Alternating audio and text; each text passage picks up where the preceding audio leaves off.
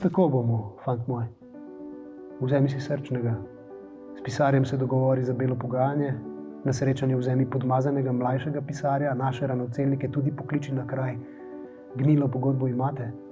Seveda.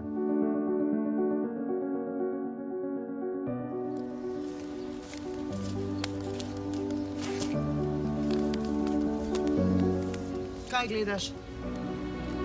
Nisi še nikoli palil knjig. Pri nas gejo samo škodljive knjige. Ti pa sta po tvojem koristni. Ruska klasika je za državo koristna. Pripeljem pred njihovo upravo, bogato je opremljena.